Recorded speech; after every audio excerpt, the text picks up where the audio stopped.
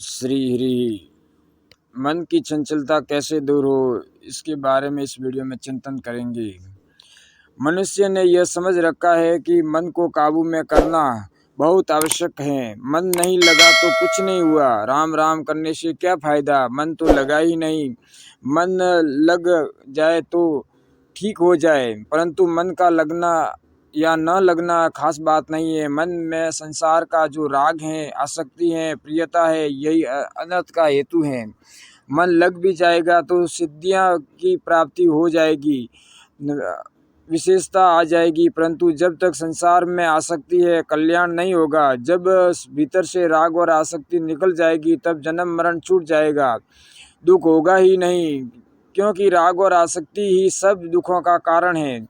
पदार्थों में, भोगों में, व्यक्तियों में, वस्तुओं में, घटनाओं में जो राग है, मन का खिंचाव है, प्रियता है, वही दोषी है। मन की चंचलता इतनी दोषी नहीं है, वह भी दोषी तो है, परंतु लोगों ने केवल चंचलता को ही दोषी मान रखा है। वास्तव में दोषी है राग, आसक्ति और प्रियता। साधक के लिए इस बात को जानने की बड़ी आवश्यकता है कि प्रियता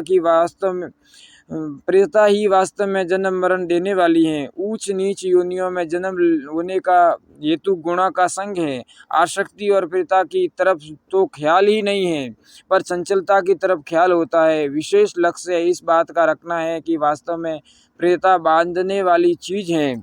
मन की चंचलता उतनी बांधने वाली नहीं है। चंचलता तो नींद आने पर मिट जाती है, परंतु राग उसमें रहता है। राग प्रियता को लेकर वह सोता है। मेरे को इस बात का बड़ा भारी आश्चर्य है कि मनुष्य राग को नहीं छोड़ता। आपको रुपए बहुत अच्छे लगते हैं, आप मान बढ़ाई प्राप्त करने के लिए 10-20 लाख रुपए खर्च भी कर दोगे, परंतु रुपयों में जो राग है वह आप खर्च नहीं कर सकते। रुपयों ने क्या बिगाड़ा है? रुपयों में जो राग है, प्रियता है, उसको निकालने की जरूरत है। इस तरफ लोगों का ध्यान ही नहीं है, लक्ष्य भी नहीं है, इसलिए आप इस पर ध्यान दें। यह जो राग है, इसकी महत्ता भीतर जमी हुई है। वर्षों से सत्संग करते हैं, विचार भी करते हैं, परंतु उन पुरुषों का भी ध्यान नहीं जाता कि इतने अनर्थ का कारण क्या है। व्यवहार में, परमार्थ में, खाने पीने, लेन देन में, सब जगह राग बहुत बड़ी बाधा है। यह हट जाएगा तो आपका व्यवहार भी बड़ा सुगम और सरल हो जाएगा। परमार्थ और व्यवहार में भी उन्नति हो जाएगी।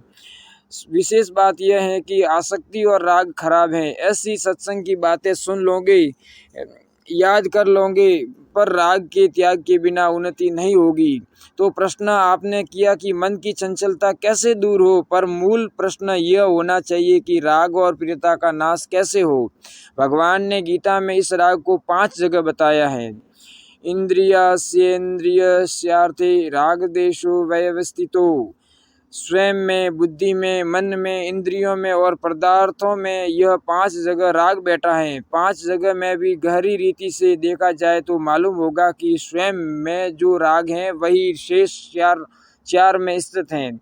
अगर स्वयं का राग मिट जाए तो आप निहाल हो जाएंगे। चित्त चाहे चंचल है, परंतु राग के स्थान पर भगवान में प्रेम हो जाए तो राग का खाता ही उठ जाएगा। भगवान में आकर्षण होते ही राग खत्म हो जाएगा। भगवान से प्रेम हो, इसकी बड़ी महिमा है। इसकी महिमा ज्ञान और मोक्ष से भी अधिक कहे तो अत्युक्ति नहीं है।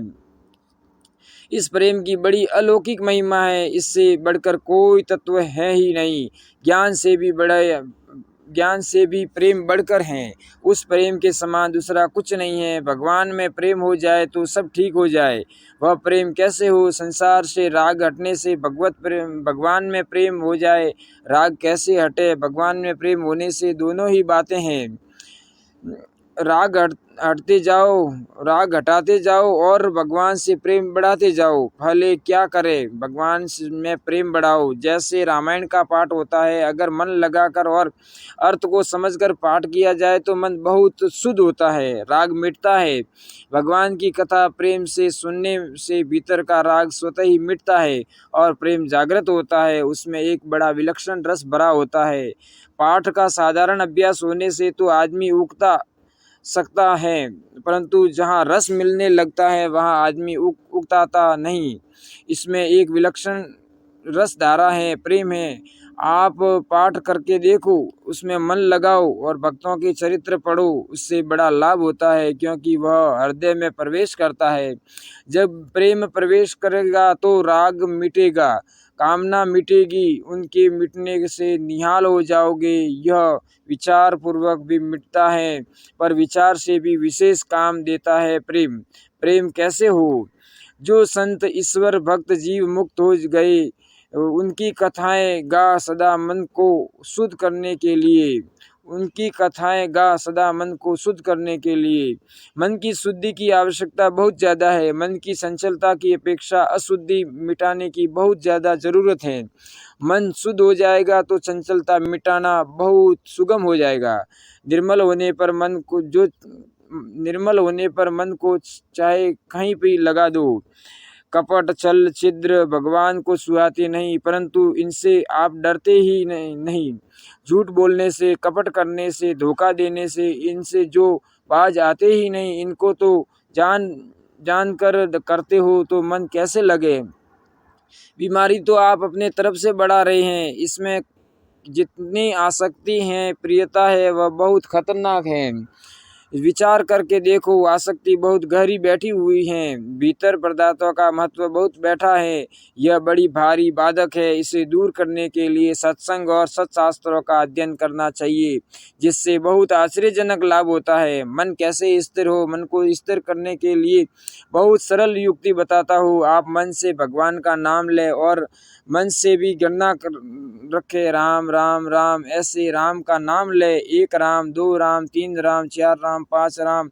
न तो 1 2 3 बोले, न अंगुलियों पर रखे, न माला पर रखे। मन से ही तो नाम ले और मन से ही गणना करे। करके देखो, मन लगे बिना यह होगा नहीं, और होगा तो मन लग ही जाएगा। एकदम सरल युक्ति है। मन से ही तो नाम लो, मन से ही गिनती करो और फिर तीसरी बार देखो तो उसको लिखा हुआ देखो। राम ऐसा सुनहरा चमकता हुआ नाम लिखा हुआ दिखे।